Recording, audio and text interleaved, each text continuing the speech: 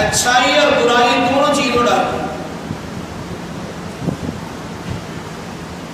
نیکی بھی رکھ دی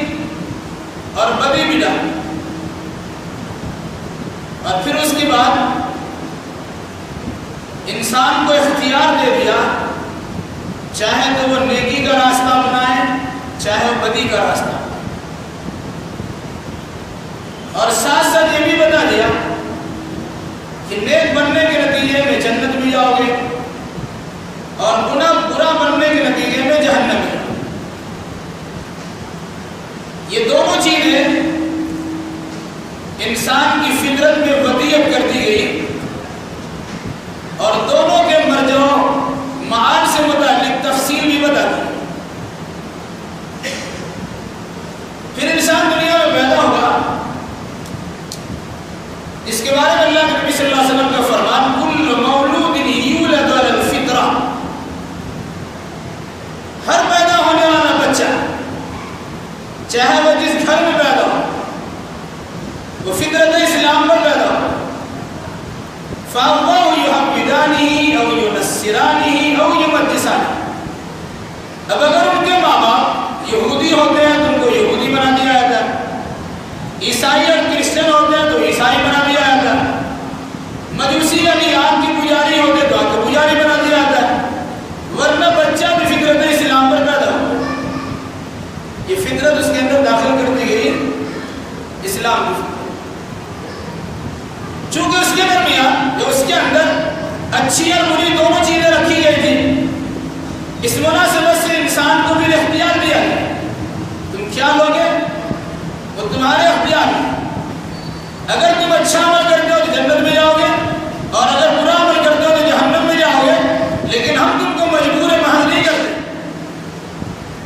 اللہ کی جانب سے کسی بندہ کو مجبور نہیں کیا گیا کہ تم کو نیک بننا ہی ہوگا یا تم کو برا ہونا ہی ہوگا، بلکہ اختیار دیا گیا اور دو راستے دکھا دیے، فَهَدَيْنَاهُ النَّجْدَيْنِ، ہم نے دو راستوں سے دکھا۔ پھر اس کے بعد انسان اپنے راستہ کی انتخاب کرنے میں خود مختار ہو گیا، لیکن پھر بھی اللہ تبارک و تعالیٰ نے انسان کی انسانیت پر ترس کھاتے ہوئے ہر دور میں انبیاء اور رسول کو بھیجا تاکہ وہ فطرت کی آواز پر لبیک کہیں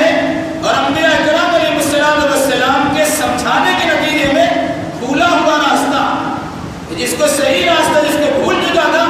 اس بھولے ہوئے راستے کو پھر سے لے لے، یا بھولا بس اور پھر سے یاد کرے۔ اس مناسبت سے اللہ نے ہر دور میں انبیاء کرام علیہ السلام کو دیا۔ آدم علیہ السلام سے لے کے محمد الرسول اللہ صلی اللہ علیہ وسلم تک ہزاروں کی تعداد بلکہ 1.25 لاکھ کی تعداد بتلائی ہے، جس میں سے باضابطہ طور سے جو نبی اور رسول دنیا میں بنا کر بھیجے گئے وہ سب سے پہلے نبی حضرت نوح علیہ السلام، شرک کی ترغیب کے لیے، توحید کا پرچار کے لیے جو سب سے پہلا نبی مبعوث کیا گیا وہ حضرت نوح علیہ السلام۔ اسی وقت سے سلسلہ شروع ہوا کہ ہر نبی نے اپنے زمانے میں اپنے ماننے والوں کو، اللہ پر ایمان لانے والوں کو یہ بشارت دی ہے کہ اللہ کی جانب سے میں خوشخبری سناتا ہوں، اچھا عمل کرو گے تو جنت میں جاؤ گے اور برا عمل کرو گے تو جہنم میں جاؤ گے۔ بلکہ یہاں تک کہا اسی پر بس نہیں ہے، اس دنیاوی زندگی کے اندر بھی بسا اوقات تمہارے پاس اعمال کی سزا چکھانے کے لیے کبھی کبھی ایسا واقعہ پیش آ سکتا ہے کہ تم پر عذاب کی بارش ہو جائے اور تم عذاب سے دوچار ہو۔ لیکن یہ بھی یاد رکھو، یہ چھوٹی موٹی تکلیف ہو سکتی ہے یا چھوٹا موٹا عذاب ہو سکتا ہے، لیکن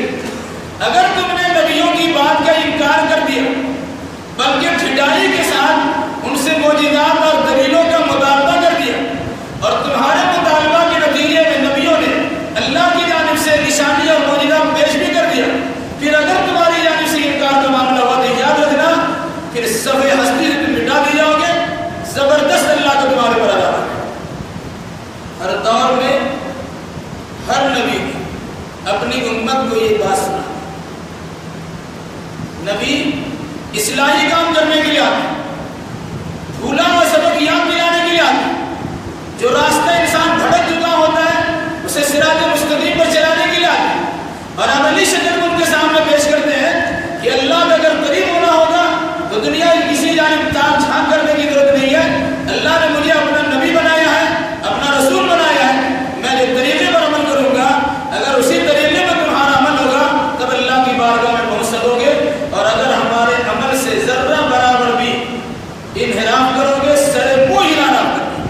بال برابر بھی انحراف کر لیا تو تمہارا ٹھکانہ جہنم ہے۔ اور اس سے پہلے اگر دنیا میں تم نے اپنی اصلاح نہیں کی بلکہ اصلاحی کوشش کو دبانے کی ناپاک کوشش کی اور مصلحین کے ساتھ اچھا برتاؤ کرنے کے بجائے ان کے ساتھ بدتمیزی کرنا شروع کر دیا، تو یاد رکھو کہ اللہ تبارک و تعالیٰ کی جانب سے جو موقع تمہیں فراہم کیا گیا تھا اصلاح کا، جو مدت تمہیں عطا کر دی گئی تھی اصلاح کی، تم نے اس مدت سے فائدہ نہیں اٹھایا، اس مہلت سے فائدہ نہیں اٹھایا، تو نتیجے کے طور پر اب تیار ہو جاؤ اللہ تبارک و تعالیٰ کی عذاب کو اور اس کی سزا کو بھگتنے کی۔ یہ مناسبت سے قرآن میں گزشتہ بہت سارے نبیوں کا تذکرہ کیا گیا اور ساتھ ساتھ ان کے قوموں کی طرف سے بدعمالی، بد اعتقادی، انبیاء کی شان میں گستاخی، آیات الہی کی تکذیب اور وغیرہ اس قسم کی اعمال کے نتیجے میں اللہ نے ان پر عذاب کی بارش کر دی ہے اور انہیں صفحہ ہستی سے مٹا دیا۔ حضرت نوح علیہ السلام کی قوم ہو، حضرت ہود علیہ السلام کی قوم ہو، حضرت صالح علیہ السلام کی قوم ہو، یا حضرت موسیٰ کی قوم ہو، یا حضرت محمد رسول اللہ صلی اللہ علیہ وسلم کی قوم، عذاب الہی کی مختلف صورتیں ہوتی ہیں، بہت سارے طریقے عذاب کے ہیں، انشاءاللہ اس کی بدعت آپ کے سامنے آئی ہے،